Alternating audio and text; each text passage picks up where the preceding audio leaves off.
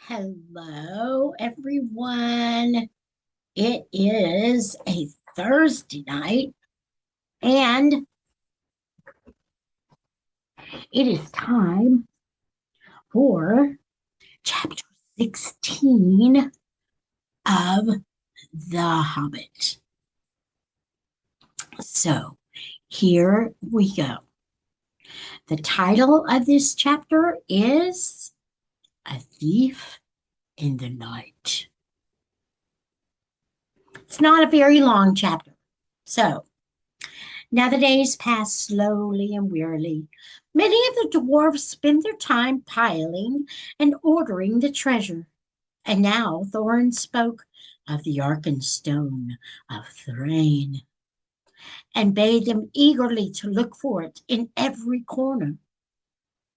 For the Arkenstone of my father, he said, is worth more than a river of gold in itself. And to me, it is beyond price. That stone of all the treasure I name unto myself, and I will be avenged on anyone who finds it and withholds it.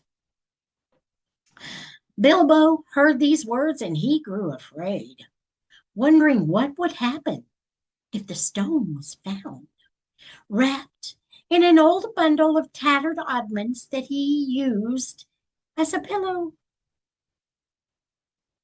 All the same, he did not speak of it, for as the weariness of the days grew heavier, the beginnings of a plan had come into his little head. Things had gone on like this for some time when the ravens brought news that Dane and more than 500 dwarfs, hurrying from the Iron Hills, were now within about 2 days' march of Dale, coming from the northeast. But they cannot reach the mountain unmarked, said Roak, and I fear lest there be battle in the valley. I do not call this counsel good, though they are a grim folk. They are not likely to overcome the host that besets you, and even if they did so, what will you gain? Winter and snow is hastening behind them. How shall you be fed without the friendship and goodwill of the lands about you?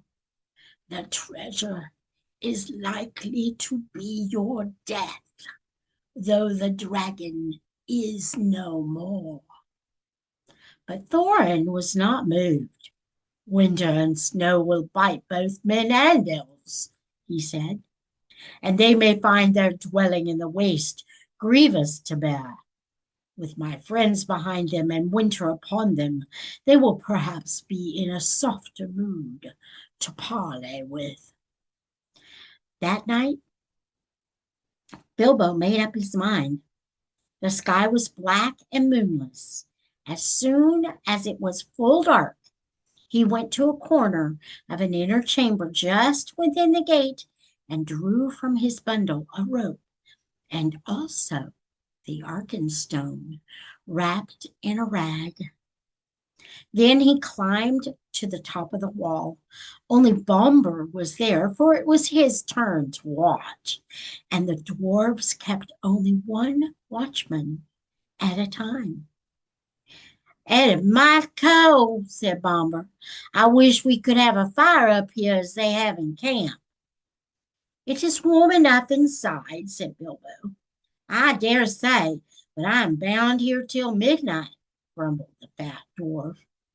"A sorry business altogether. Not that I venture to disagree with Thorin, may his beard grow ever longer. Yet he was ever a dwarf with a stiff neck." "Not as stiff as my legs," said Bilbo. "I'm tired of stairs and stone passages. I would give a good deal for the feel of grass at my toes."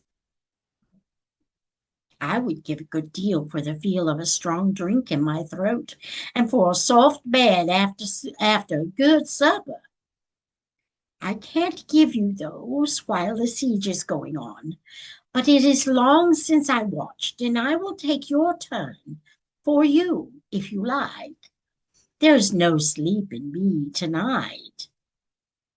You are a good fellow, Mr. Baggins, and I will take your offer kindly if there should be anything to note.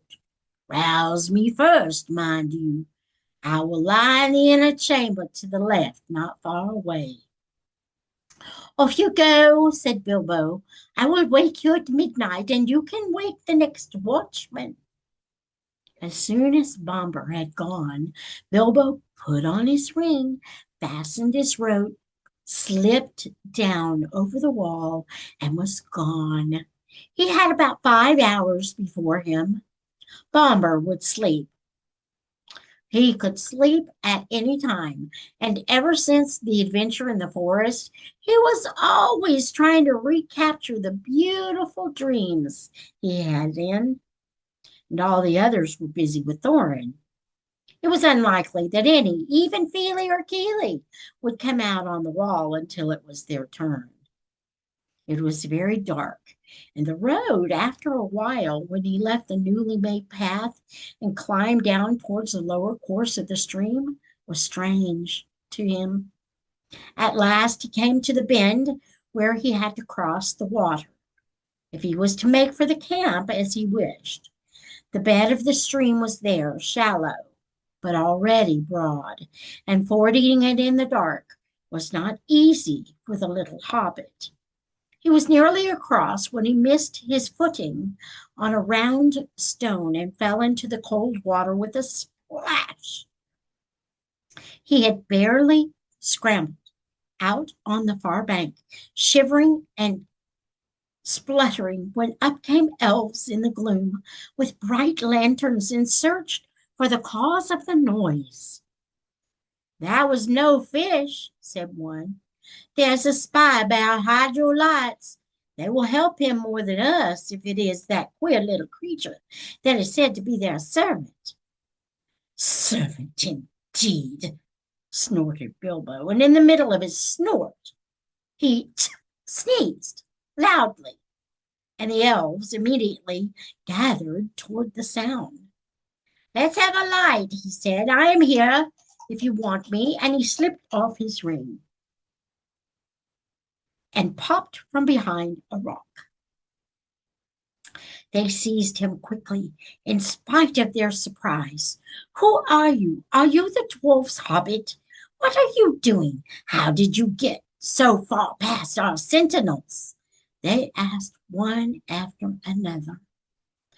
I am Mr. Bilbo Baggins, he answered, companion of Thorin, if you want to know.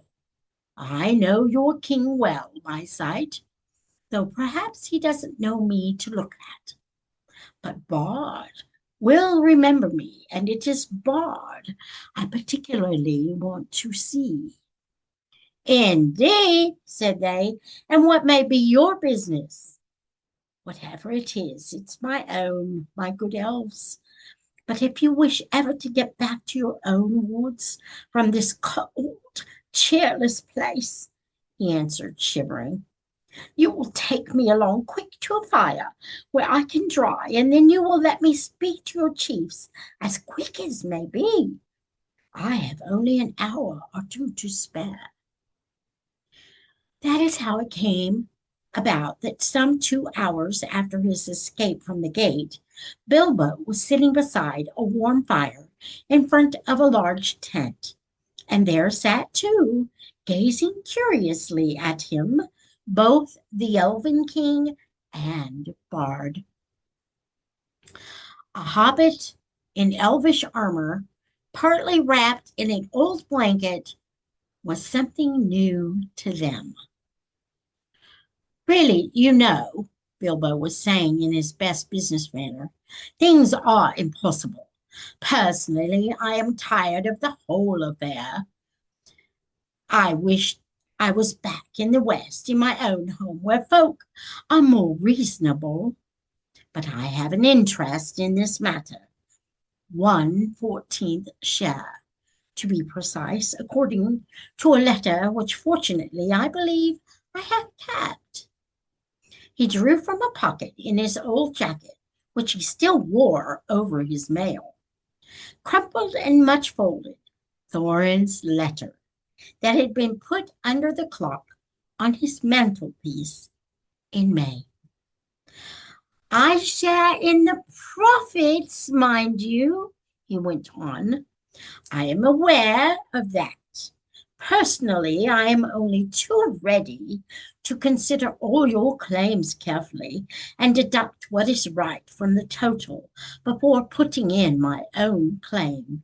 However, you don't know Thorin Oakenshield as well as I do now. I assure you, he is ready to sit on a heap of gold and starve as long as you sit here. Well, let him, said Bard. Such a fool deserves to starve. Quite so, said Bilbo. I see your point of view. At the same time, winter is coming on fast. Before long, you will be having snow and whatnot, and supplies will be difficult, even for elves, I imagine. Also, there will be other difficulties. You have not heard of Dane and the dwarves of the Iron Hills? We have, a long time ago. But what has that got to do with us? Asked the king. I thought as much. I see I have some information you have not got. Dane, I may tell you, is now less than 2 days' march off and has at least 500 grim dwarfs with him. A good many of them have had experience in the dreadful dwarf and goblin wars, of which you have no doubt heard. When they arrive, there may be serious trouble. Well, why do you tell us this? Are you betraying your friends, or are you threatening us? Asked Bard grimly. My dear Bard, squeaked Bilbo, don't be so hasty. I never met such suspicious folk. I am merely trying to avoid trouble for all concerned. Now I will make you an offer. Let's hear it, they said. You may see it, he said he. It is this. And he drew forth the Arkenstone and threw away the wrapping. The Elven King himself, whose eyes were used to things of wonder and beauty, stood up in amazement. Even Bard gazed marveling at it in silence. It was as if a globe had been filled with moonlight and hung before them in a net woven of the glint of frosty stars. This is the Arkenstone of Thrain, said Bilbo, the heart of the mountain, and it is also the heart of Thorin. He values it above a river of gold. I give it to you. It will aid you in your bargaining. Then Bilbo, not without a shudder, not without a glance of longing, handed the marvelous stone to Bard, and he held it in his hand as though dazed. But how is this yours to give? He asked at last with an effort. Oh, well, said the Hobbit uncomfortably. It isn't exactly, but, well, I'm willing to let it stand against all my claim, don't you know? It may be a burglar. I may be a burglar, or so they say. Personally, I have never really felt like one. But I am back now, and these dwarves can do what they like to me. I hope you will find it useful. The Elven King looked at Bilbo with a new wonder. Bilbo Baggins, he said, you are more worthy to wear the army of elf princes than many that have looked more comely in it. But I wonder if Thorn Oakenshield will see it that way. I have more knowledge of dwarves in general than you have, perhaps. I advise you to remain with us, and here you shall be honored and thrice welcome. Thank you very much, I'm sure, said Bilbo with a bow. But I don't think I ought to leave my friends like this. After all we have gone through together. And I promised to wake old Bomba at midnight, too. Really, I must be going, and quickly. Nothing they could say would stop him. So an escort was provided for him, and as he went, both the king and bard saluted him in honor. As they passed through the camp, an old man, wrapped in a dark cloak, rose from a tent door where he was sitting and came towards them. Well done, Mr. Baggins, he said, clapping Bilbo on the back. There's always more about you than anyone expects. It was, can you guess? Gondor. For the first time for many a day, Bilbo was really delighted. But there was no time for all the questions that he immediately wished to ask. All in good time, said Gandalf. Things are drawing toward the end now, unless I am mistaken. There is an unpleasant time just in front of you, but keep your heart up. You may come through it all right. There is news brewing that even the ravens have not heard. Good night.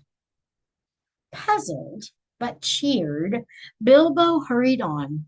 He was guided to a safe ford and set across dry, and then he said farewell to the elves and climbed carefully back towards the gate. Great weariness began to come over him, but it was well before midnight when he clambered up the rope again. It was still there where he left it. He untied it and hid it, and then he sat down on the wall and wondered anxiously what would happen next. At midnight, he woke up Bomber and then, in turn, rolled himself up in his corner without listening to the old dwarf's thanks, which he felt he had hardly earned. He was soon fast asleep, forgetting all his worries till the morning. As a matter of fact, he was dreaming of eggs and bacon.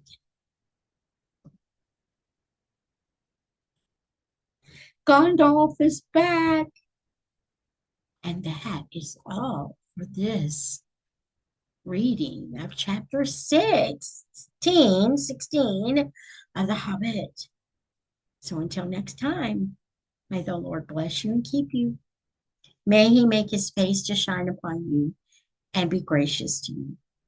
May the Lord lift up his countenance upon you and grant you his peace.